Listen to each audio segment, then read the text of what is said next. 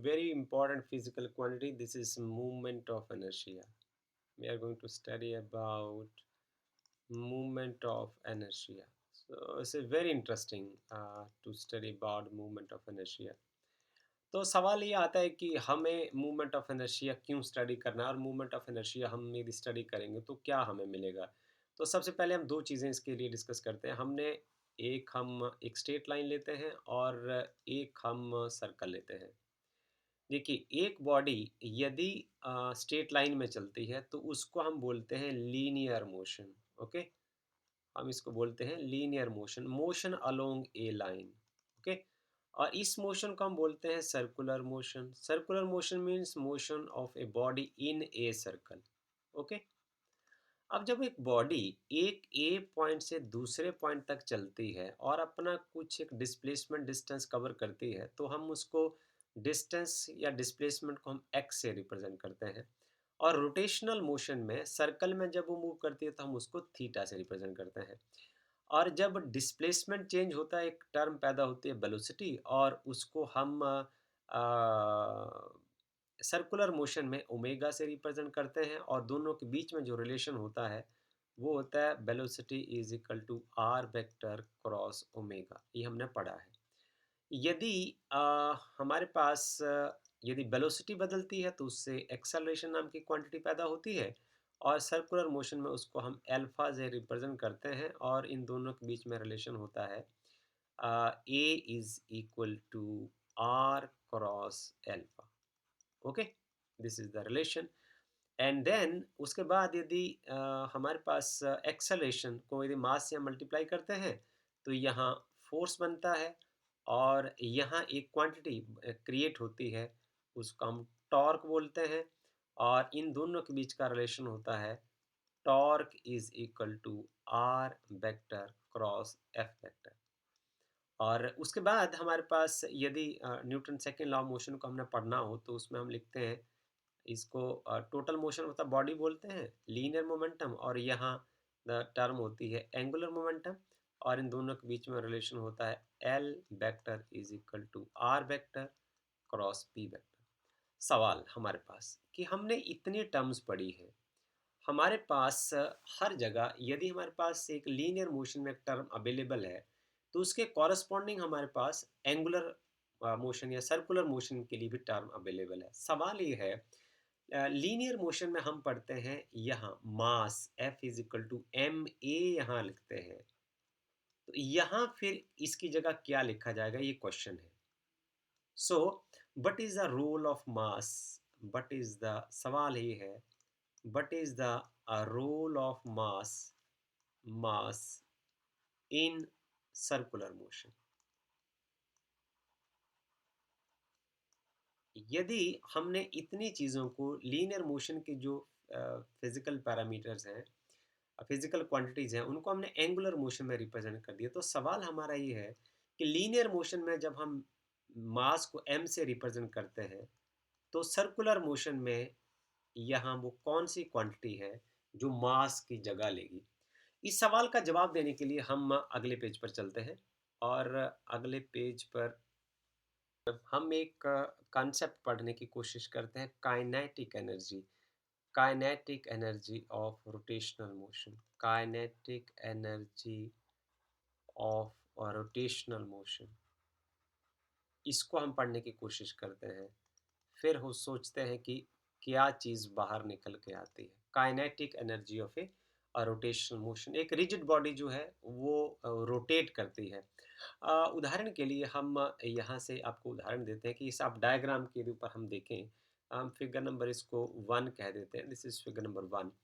एक rigid body है, rigid body में लार्ज नंबर ऑफ मासेस होते हैं और उसमें हम फॉर एग्जांपल इस मास को हम एम, कोई एम आई मास ले लेते हैं, इसको हम 1 कह सकते हैं, 2 कह सकते हैं, 3 कह सकते हैं, कुछ भी कह सकते हैं, और ये आर आई उसका जो है डिस्टेंस हो जाएगा। अब ये जो रिजिड बॉडी है वो इस एक जेड एक्सिस के किनारे जो है वो रिवॉल्व कर रही है। सो ये उसका वेलोसिटी हो जाएगा। और इज इज समथिंग एल्स, मैं इसको समझाने की कोशिश करता हूँ कि फॉर एग्जांपल कि हमारे पास कोई भी एक पॉइंट पार्टिकल है, जैसे फॉर एग्जांपल आप यहाँ कोई एक पॉइंट पार्टिकल ले सकते हैं कि एक पार्टिकल आपके पास है यहाँ कोई m1 है, तो ये पॉइंट पार्टिकल m1 है, तो यहाँ इसका डिस्टेंस r1 है और and it is rotating with some angular velocity, so with angular velocity omega, so there is another particle, इसमें बहुत ज़्यादा पार्टिकल है, ये कोई पार्टिकल कोई m2 हो जाएगा, तो इसका distance from axis of rotation r2 हो जाएगा। यहाँ कोई आप पार्टिकल चूज कर सकते हैं, m3 है, ओके, उसका जो डिस्टेंस है यहाँ से r3 हो जाएगा। So but all these particles of this rigid body are moving with same angular velocity omega about this Z prime axis, Z prime axis, right. So इनकी जो वेलोसिटी होगी, the velocity of these different particles is given by the velocity of these particles, the velocity of these particles of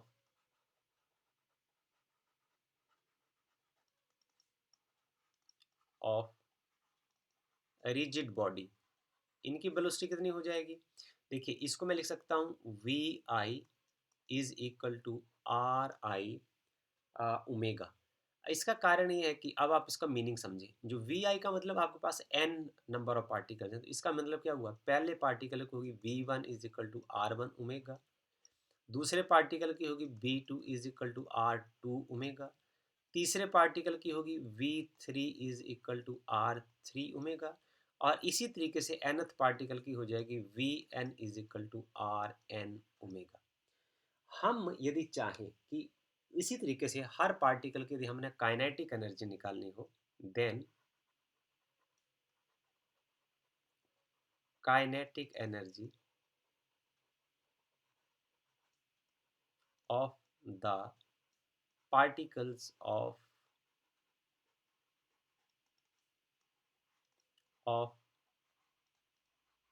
rigid body is, so जो kinetic energy होगी इन ith particle की वो क्या होनी चाहिए, 1/2 उनके मासेस और उनकी वेलोसिटी। जैसे इसको एग्जांपल से लिखें, यदि आप मान लो m1 की निकालना चाहते हैं, तो उसको हम लिख दूंगा k1, ये हो जाएगी 1/2 m1 b1 स्क्वायर, दूसरे पार्टिकल की दूसरे मास की हो जाएगी 1/2 m2 b2 स्क्वायर। इसी तरीके से nth मास की क्या हो जाएगी, kn is equal to 1/2 mn और bn स्क्वायर। अब मैं ऐसा करूं कि इसको मैं यदि एंगुलर वेलोसिटी के टर्म में लिखना चाहूँ तो मैं इसको कैसे लिखूंगा, मेरे पास रिलेशन है एक, as as this rigid body, as this rigid body is moving, is is moving with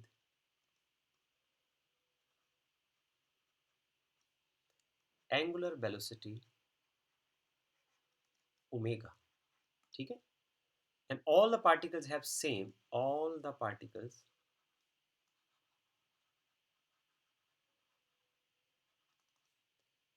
have same angular velocity, सभी पार्टिकल्स की जो एंगुलर वेलोसिटी है वो सेम है। मजेदार बात, अब देखिए जरा इसको मैं कैसे लिख सकता हूँ, जो k1 होगा वो हो जाएगा 1/2 m1 and b1 is equal to now r1 omega, इसका स्क्वायर हो जाएगा। तो दूसरे पार्टिकल की काइनेटिक एनर्जी क्या हो जाएगी, 1/2 m2 और r2 ओमेगा स्क्वायर।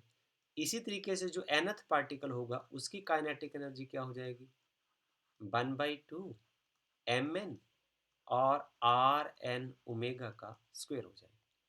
तो total kinetic energy of the rigid body क्या होगी, यदि हम ये कहें कि जो टोटल काइनेटिक एनर्जी क्या होगी, the total kinetic energy of the rigid body is,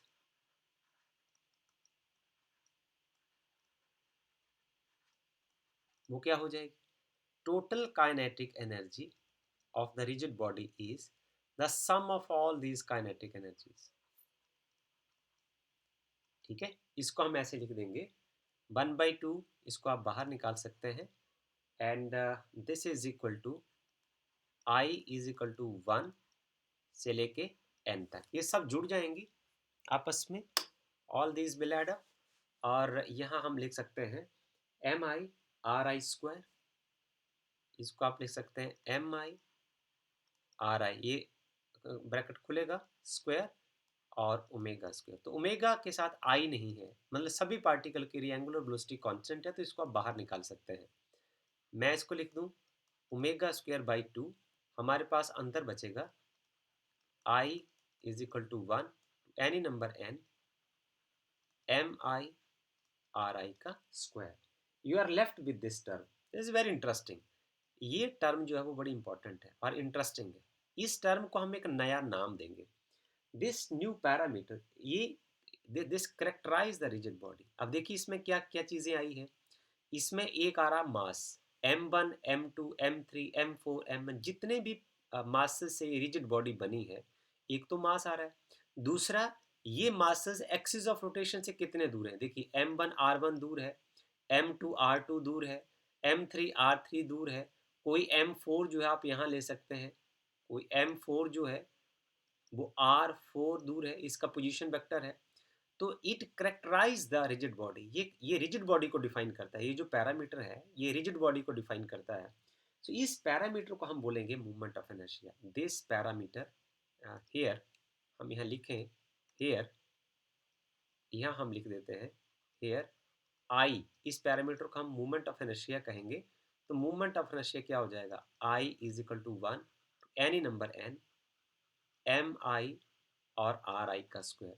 तो हमने किसकी जगह लिखा movement of inertia I, movement of inertia is the, इसको हम डिफाइन करते हैं अब यहाँ से, बहुत अच्छी टर्म हमारे पास आ गई। देखिए पहले हमने काइनेटिक एनर्जी को एक नई शेप देते हैं, इसको हम लिख देते हैं 1/2 I time omega square.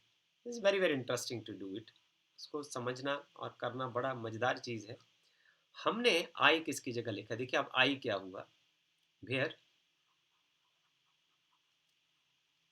I is the movement of energy, बड़ी इंटरेस्टिंग चीज, movement of energy.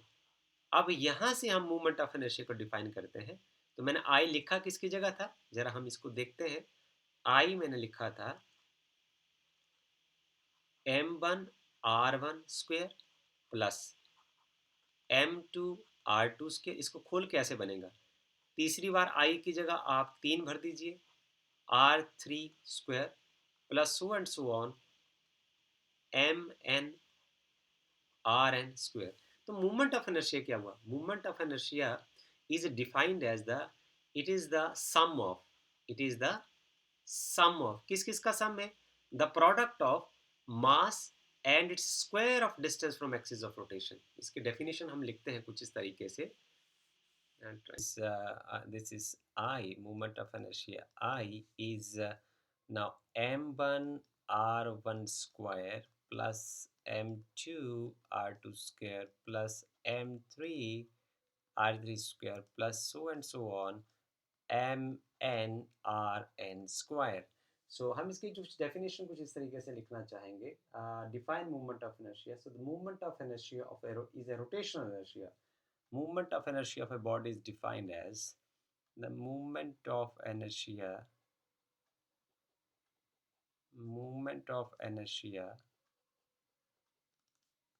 of a rotating body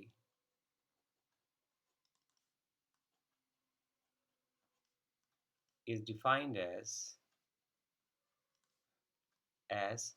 the sum of, किसका sum, ये देखिए जरा आप यहाँ, it is the sum of the product of sum of the product of the masses, the sum of the product of the masses of the particles, masses of the particles constituting the rigid body, जिससे rigid body बनी है, constituting the rigid body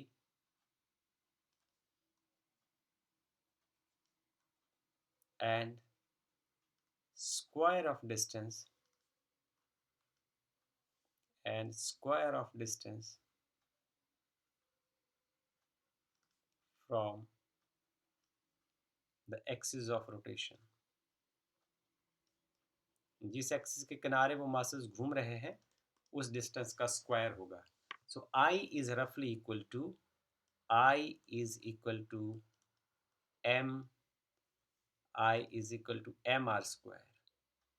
okay, ये single mass है तो उसको आप ऐसे ले सकते हैं, single mass and the square of the distance. So you can write it like this. I is equal to mr square. So this is a new physical quantity. So we are going to discuss the units and dimensional formula of this quantity. SI units are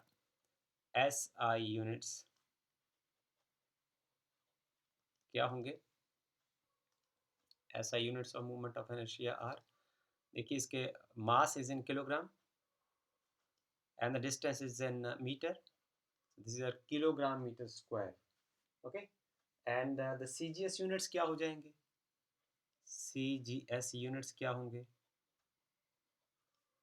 Mass is in grams and the distance is in centimeter square. Okay, now dimensional formula of movement of inertia.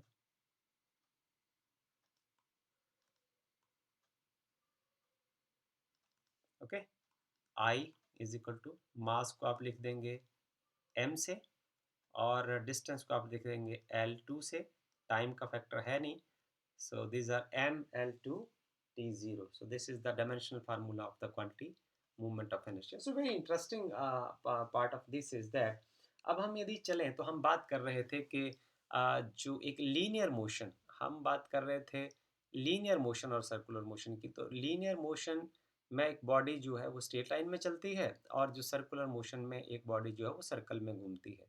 तो linear motion में हमने ये देखा कि मास को आप m से लिखते हैं और सर्कुलर मोशन में मास को आप मूवमेंट ऑफ इनर्शिया से लिखते हैं. ओके, और इसमें आप काइनेटिक एनर्जी को हमने क्या देखा? काइनेटिक एनर्जी को आप लिखते हैं 1/2 mv². और सर्कुलर मोशन में हमने क्या देखा कि काइनेटिक एनर्जी को हम लिखते हैं 1/2 I time omega square. What does this mean? This means that a role of mass in the linear motion is played by movement of inertia in the rotational motion. This shows that this shows that a role of mass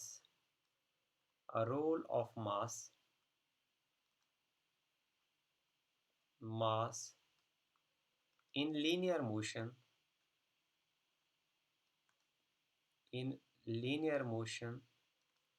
is played by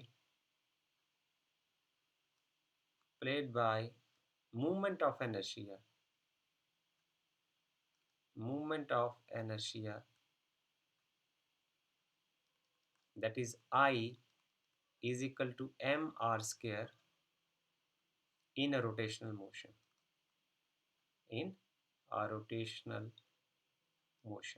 Okay, so this is very important physical quantity to discuss about. Thank you.